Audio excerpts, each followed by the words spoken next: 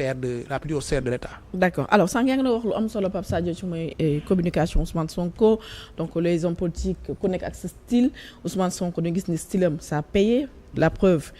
il a fait élu un président mais ci sortie bi aussi ñu bari dañoo gis ni dafa concrétiser wala dafa confirmer ni lu opposition bi doon wax depuis quelques mois ne diggante Ousmane Sonko ak le président Bassirou Diomaye Faye nekkatul kon rataxul kon nu mu rataxee woon danañ cette sortie de ko confirmer wala dafa nekk stratégie de com boo xamante ne ils veulent carrément détourner l'actualité parce que ba mu waxee actualité bi dafa tourner autour de wala boobu dafa nekk stratégie politique d'Ousmane Sonko. non loolu discours boobu je pense que ce n'est pas l'opposition qui l'a tenu quoi ñi ko tenir moom mooy c'était des chroniqueurs ak ñi nga xam ne ils étaient plus dans l'espace public parce que un opposant responsable doo toog di tenir un discours di souhaiter que entre Ousmane Sonko ak Bassirou Diomaye Faye mu am yo seen diggante maanaam ñàkk ratax. un opposant responsable doo dégg mu wax ko. suñu opposants yi c'est vrai mun nga leen reprocher lu nekk mais ils sont intelligents sur ce plan là. même si par ailleurs mun nañ koy wax ci suuf. loolu ñi ko doon wax moom mooy day chroniqueurs yoo xam ne ils sont assez connus ak yenn journalistes ñoom ñoo doon wax naan seen diggante rataxul mais man je ne suis pas dans le secret des dieux mais li ñu mën a constater moom mooy que ne y a ni une crise institutionnelle ni une crise politique ni une crise de confiance mais il y a des difficultés dans le rythme et l'orientation à donner à l'activité du gouvernement te loolu Ousmane Sonko wax dépassé wul loolu. xarabul Bassirou Diomaye Diakhar Faye remettre en cause également li nga xam ne moom moo leen lié mooy une amitié qui est vieille de plus de 20 ans. Je pense que nit ñi foofu la ñu war a mën a yem quoi. Maintenant journaliste nag am na droit def ay conjectures def ay analyses mais ce qui est constant. boo déggee discours Ousmane Sonko. di nga gis que ne ça ne remet pas en cause fondamentalement li nga xam ne moom moo ko lié ak Bassirou Diomaye Faye mais ça ne remet pas en cause également fondamentalement ses rapports ak le président de la République en tant que premier ministre et Bassirou Diomaye Faye également en tant que président de la République. C'est vrai comme moom ni mu ko waxee monsieur Faye c'est-à-dire que xam nga bu ñuy def une analyse sociologique.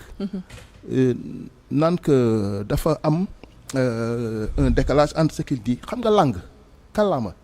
la langue c'est le support d'une culture wolof dañuy wax naan nit ki li mu nàmp rek lay gàll c'est-à-dire que la langue c'est le support d'une culture nit ki li muy dund li mu nàmp ses références ses archétypes sa manière de vivre son milieu immédiat loolu lay génne waat ci kii moom lay wax la nature de Ousmane Sonko c'est la nature d'un homme qui est extrêmement véridique dafa dëggu waaw nit ku dëggu la peut-être li mu wax nii ça aura peut-être le mérite de remettre les choses à l'endroit ça parce que en réalité aussi bu ñuy wax dëgg ko moom wax na ko bu à l'heure du bilan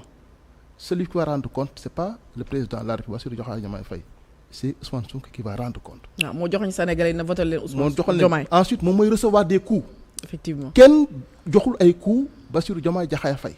c'est lui qui rend compte c'est le responsable. C'est l'opposant, enfin, il a été l'opposant le plus représentatif. Actuellement, c'est le premier ministre bi nga xam ne nii peut-être dans l'histoire de ce pays-là, c'est le premier ministre le plus fort. booy xool les valeurs symboliques yi nga xam ne moom mooy entouré un premier ministre dépassé nag président de la République boo koy xool quoi du point de vue du symbolisme politique. Donc sur ce plan-là, man je pense que il faut ñu defal ko ay circonstances atténuantes. Maintenant que vont devenir ces rapports avec le président de la République demain ñoom ñaar ñoom ñoo mën a toog régler ko mais du loo xam ne ni peut-être ci penc mi lañ koy régler la. Alors ñu bari aussi ñu ngi koy joxoñ baaraam tuuba dinaan front yu mu ibb dafa bari. Ibn na front avec les magistrats ci sorte bi tamit la société civile aussi jël na ci param bu am solo mais aussi def na introspection au sein du parti wax ne am na ñoo xamante ne bañ leen fale ils se sont embourgeoisés moom sax dem na ba wax ne xale yi rek ay nekk ci réseaux sociaux di ko défendre attaque bu muy subir tout le temps certes yaa ngi évoqué c'est la question des chroniqueurs mu nekk style boo xamante ne bañ ko gisee c'est récent c'est juste 5 ans wala après les événements de 2021 lañ gis ni style des chroniqueurs commencé di ñëw ci télé yi mais est-ce que demuñu ba léegi c'est des chroniqueurs yoo xam ne ñu bari dañu am ay aspirations politiques parce que parfois da ngay gis ay attaques yoo xam ne je prends le cas de Badara Gadiaga nga xam ne tey sax lañ ko li nga xam ne mooy mandat de dépôt donc des attaques yoo xam ne parfois c'est acerbe ba dafay remettre en cause li nga xam ne mooy l'honorabilité de nos instituts wala ñi nga xam ne sax dañuy représenter suñuy institution donc le cas de Ousmane Sonko nga ñu attaqué la nga nekk dans l'opposition au pouvoir aussi tu es attaqué qu'est-ce qui se passe ça veut dire que la justice ba léegi dafa toog di xool di seetaan parce que c'est pas l'homme qui est important mais li nga xamante ne moom lay incarner Ousmane Sonko. Bon, deux aspects de votre question ah moom mooy d'abord da nga ne dafa ubbi ay front ensuite il y a le problème des chroniqueurs. Oui. Bon pour ñu wax ay dafa ubbi ay front c'est-à-dire que dañ ñi koy wax peut-être dañu contextualiser wul le discours d'Ousmane Sonko mais nous avons une société malade de sa presse malade de sa justice mais également malade de sa société civile loolu du loo xam ne nii lu bees la Ousmane Sonko dans l'opposition a toujours dénoncé l'attitude d'une certaine presse mais l'attitude également de la justice la presse et la justice qui sont les deux mamelles de la démocratie ñoom la ñu gënoon a joxoñ ces 10 dernières années d'ailleurs les 2 derniers rapports yi nga xam ne nii moom la Transparency International def ñi mu joxoñ presse la joxoñ ak justice la joxoñ justice ñoom seen bopp ñoom ñoo xam ne dem def ay assises xam ne ñoom seen biir am nañu ay problème ñu def seen ndëpp bopp. mais premier ministre boo xam ne tam day passer tout son temps aussi di critiquer les acteurs de la justice aussi. non loolu benn aspect la. yaa ngi leen di gën a fragiliser loolu benn aspect la bu fekkee ne loolu mooy fragiliser Ousmane Sonko kon na rendre son tablier dem c'est-à-dire que dans une démocratie normale un pays boo xam ne dafay jaar yoon ku nekk da ngay taxaw ci biir penc mi ku ci nekk da nga war a taxaw fi nga war a taxaw problème yi nga xam ne Ousmane Sonko am na ko dans l'opposition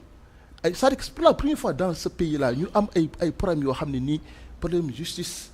problème presse yoo xam ne nii peut-être loolu lu ñu war a mën a régler dépasser ko c'est-à-dire que en parler en 2024 encore ñuy dellu si waat malgré les assises de la justice malgré le ndëpp que les magistrats et la justice a fait elle-même pour dire qu'il y a des problèmes en son sein mais il faut que ces problèmes là ñu dépasser ko deuxièmement booy wax ci chroniqueurs yi mais les chroniqueurs man dama ne nañ ko replacer waat dans son véritable contexte rek c'est une crise générale qui frappe les médias de manière générale te crise boobu noonu crise bi frappé médias yi dafa mel ni les acteurs même des médias demuñ rendre ci compte maanaam ils savent qu'il y a une crise mais rendre ci compte de l'ampleur de cette crise là l'ampleur de cette crise là moom mooy que ne les médias booy xool tamit fi ñu toll nii dañoo li nga xam ni moom moo leen gën a plonger dans une crise moom mooy l'émergence des réseaux sociaux avec les réseaux sociaux l'émergence du journalisme citoyen la possibilité pour chaque Sénégalais de pouvoir vérifier une information parce que boo demee sur les réseaux sociaux li nga fay gis c'est les gens font beaucoup plus confiance au journalisme citoyen mais que les journalistes qui sont dans les organes classiques je suis désolé de le dire j'ai pratiqué ce métier-là il y a presque ay 17 ans def naa ko ci mais na mu meloon melatu ko il faut nit ñi nangu ko c'est-à-dire que bu fekkee ni journaliste bi toog di bind li muy bind ki nga xam ne nii il n'a jamais fréquenté des écoles de formation mën na bind plus gën a dégg tubaab journaliste gën ko maîtriser la langue de travail mais c'est parce que il y a problème su ñu demee ba léegi les organes de presse les rédactions sont devenues le prolongement des partis politiques c'est parce que il y a problème. lu koy justifier précarité bi mais li koy précarité bi ci la mais également il y a des changements qui nous dépassent même qui sont des changements qui proviennent de l'environnement mondial avec l'émergence des réseaux sociaux fi ñu toll nii les journalistes n'ont plus le monopole de l'information yoratuloo ko yow da nga daan xëy yor information di xaar midi nga génne ko. c'est ça mais ñun loolu lañ xamoon ñun bi ñu nekk journaliste da nga daan yor information di xaar 24 heures après nga génne ko mais mënatuloo ko parce que y a l'émergence du journalisme citoyen y a des gens qui sont l'instantanéité bi ak réseaux sociaux yi l'instantanéité ensuite aussi une formation au rabais parce que journaliste boo fekkee da nga toog di wax kii lay déglu nawloowu la ci li ngay wax mais c'est parce que il y a problème bon je suis un peu patient c'est difficile li may wax ni mais c'est un constat qui est général ma wax ko ma ñàkk ko wax ñëpp def nañ constat ba léegi nag boo ñëwee ci chroniqueurs yi seen problème xam nga moom mooy lan man boo koy analyse de manière générale boo demee France y a pas de problème ñooñu am nañ ay chroniqueurs parce que ku nekk chroniqueur da ngay ñëw tu as peut-être am nga un background qui te permet de toog ci benn studio dans une télévision di wax peut-être demander wuñ au chroniqueur mu nekk un spécialiste de tout. nekk en économie nekk un géographe nekk un scientifique mais li ñu koy demander moom mooy am le minimum moom am un solide bagage intellectuel. nga xam ni war na aborder toutes les problématiques à partir de l'angle à partir de laquelle il a été formé mais boo jëlee ay chroniqueurs yoo xam ne dañuy toog ne la man ku ma fay ma saagal la mais c'est parce que il y a problème c'est-à-dire que Sénégal dañu war a xoolaat suñu bopp réew moo xam ne nii Senghor fii la juddoo Cheikh Anta Diop ki nga xam ne moom moo théorisé la civilisation noire fii la juddoo Abdoulaye Wade ki nga xam ne nii c'est l'un des plus diplômés on dit des plus diplômés du Cap au Caire fii la juddoo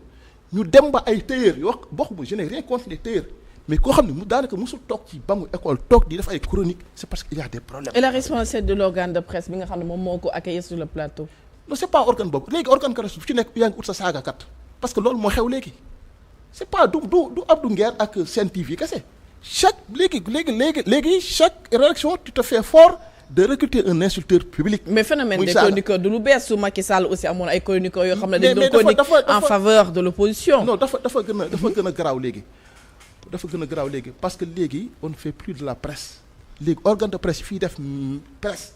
def jeune métier journaliste bi dañ leen di compter